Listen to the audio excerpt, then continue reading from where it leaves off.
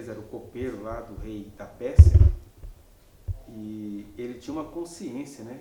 Que aqui a gente tem, nesse pequeno excerto bíblico, essas duas coisas que costumam andar muito separado, né? A gente tem um Neemias que ele não precisava se preocupar com nada, ele era copeiro do rei. Você quer coisa melhor do que você ser copeiro do rei? O copeiro do rei é um cara que ouve histórias particulares da realeza, né? Conhece as tretas todas lá de dentro, mas no meio daquele bem-estar pessoal dele, ele olha e pensa assim, cara, eu sei de um projeto que tinha que ser meu, um projeto que tem a ver com Deus resgatar o seu povo, desse inconformismo, né? Olha, nós estamos muito bem aqui no Império, nós estamos muito tranquilos, somos prósperos, se somos funcionários do rei, porque nós fomos achados entre os melhores do nosso povo, que os velhos, os pobres estavam lá morrendo nos territórios de Israel, mas ele, do alto da vida boa dele, pensou o seguinte, eu posso fazer alguma coisa, e ele ora ao Senhor e fala e pede a Deus para fazer que alguma situação aconteça, e que o rei olhe para ele e fale assim, por que você está tão triste? E aí ele fala para o rei, né, da experiência espiritual dele e do povo dele, e o rei dá a ele, por um período, que ele volte a Jerusalém para lhe edificar os muros, né, para ser o governador da estrutura.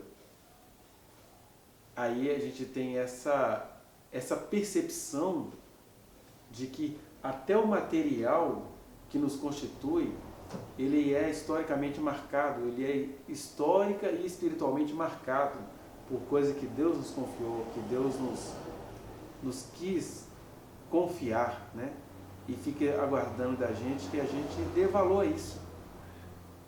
O Neemias, ele é herdeiro de algumas pessoas que, ao que tudo indica, pelos rastros que as escrituras nos deixam, foram pessoas que tinham muita manifestação do poder de Deus, né? Você tinha lá o Jesua, que era o descendente de sacerdote, e o Zorobabel, que era o descendente de reis, e enquanto esses dois lideravam a construção do templo, você tinha junto com eles os profetas Ageu e Zacarias, com toda a pompa profética que eles tinham, né? Zacarias tinha profecias muito empolgantes, assim, vamos lá, o reino de Deus está chegando, mas parece que eles não deram conta.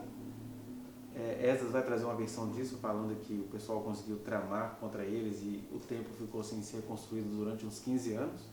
E nesse meio tempo aí, ou em meio a isso tudo, o Neemias, que era copeiro do rei, ele carrega em si essa escolha. Olha, eu tenho estabilidade pessoal, eu tenho um cargo público, eu sou o copeiro do rei, mas antes de qualquer coisa que me veio à vida, eu sou ministro do Evangelho porque eu sou povo de Deus.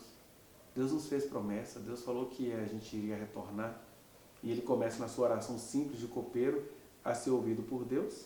Então você tem aí esse homem que poderia não se importar com isso. Assim, para com isso, Neemias. Vai se meter onde você não foi chamado, Neemias. Olha, Deus foi bom, a promessa é Deus que cumpre. Por que você está preocupado com isso? Ele não entendeu assim. Aí ele foi para lá, começa a construir os muros da cidade, da maneira que a coisa tinha de ser, né? Com o pessoal trabalhando armado, porque o mundo inteiro, no sentido espiritual do termo, não queria a reconstrução daquilo.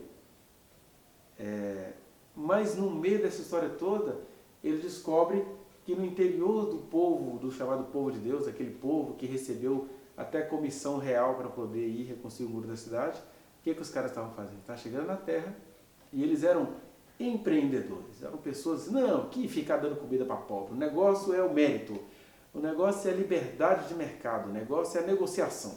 Então, se eu negociei com ele que ele vai vender os filhos dele para serem meus escravos, isso é o livre mercado. Isso é a capacidade de negociar. Nós aprendemos com os gregos, a gente esquece que isso aqui é século V.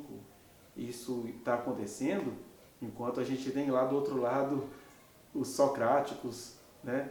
O Anaximandro, o Anaxímenes, você tem os filósofos da física, você tem uma Grécia em ebuliência intelectual, filosófica, e essas pessoas estavam ouvindo esses ecos, né? E aí vinha também a liberdade de mercado, o ser humano é livre, E você é livre até para resolver ser meu escravo se você quiser, desde que seja tudo negociado.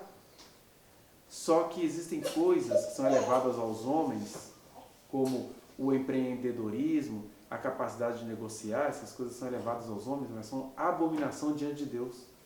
Porque chega para Neemias que os pobres, eles tinham perdido a coisinha que eles conseguiram poupar, e aí você tem uma situação de um povo, digamos assim, um povo crente, onde um estava sendo escravo do outro, em nome dos negócios, em nome da prosperidade, né? E aí o Neemias fica indignado com isso, e vai chamar a atenção dos nobres, dos magistrados, quer dizer, de gente que tinha poder nas mãos. Ou seja, a gente está falando aqui de algo que é de 600 anos antes de Cristo, ou 500, e que na verdade mostra aquilo que o provérbio vai dizer, né? Geração vai, geração vem, e a terra permanece para sempre, nada há de novo debaixo do sol, porque uma e a mesma é a maldição. É o ser humano se levantando contra o outro ser humano. E aí você vai ter historiadores, você vai ter sociólogos, você vai ter filósofos tentando traduzir isso, a ponto de chegar no Thomas Hobbes, que vai dizer, olha, precisamos entender que o Estado, a garantia de status, a garantia das garantias, tem de se levantar como Leviatã para educar os homens na sua perversidade, porque o homem é o lobo do homem. Então, nesse sentido, o Estado ele precisa garantir o status, a estabilidade. Ele precisa garantir isso. E ele precisa garantir isso como um Leviatã, que não tem nada a ver com a besta do Apocalipse. Ele precisa garantir isso como um ente superior que a todos assambarca, porque cada indivíduo tem a sua própria perversidade. E se o Estado está aí para garantir a estabilidade, a sociedade é composta de milhões e milhares de milhões de indivíduos que estão pensando cada um em si mesmo. Então você tem que ter as garantias, né? Daí as teorias de Estado. Porque você tem isso aqui, parece até que a gente está falando do Brasil, né? Do Brasil atual, porque o que chocou o Brasil essa semana? Vá no link que está aqui na descrição e acesse a reflexão na íntegra. Não se esqueça de dar o like nesse trechinho de vídeo, compartilhá-lo e se inscrever neste canal, apertar o sininho para você receber as notificações. Muito obrigado.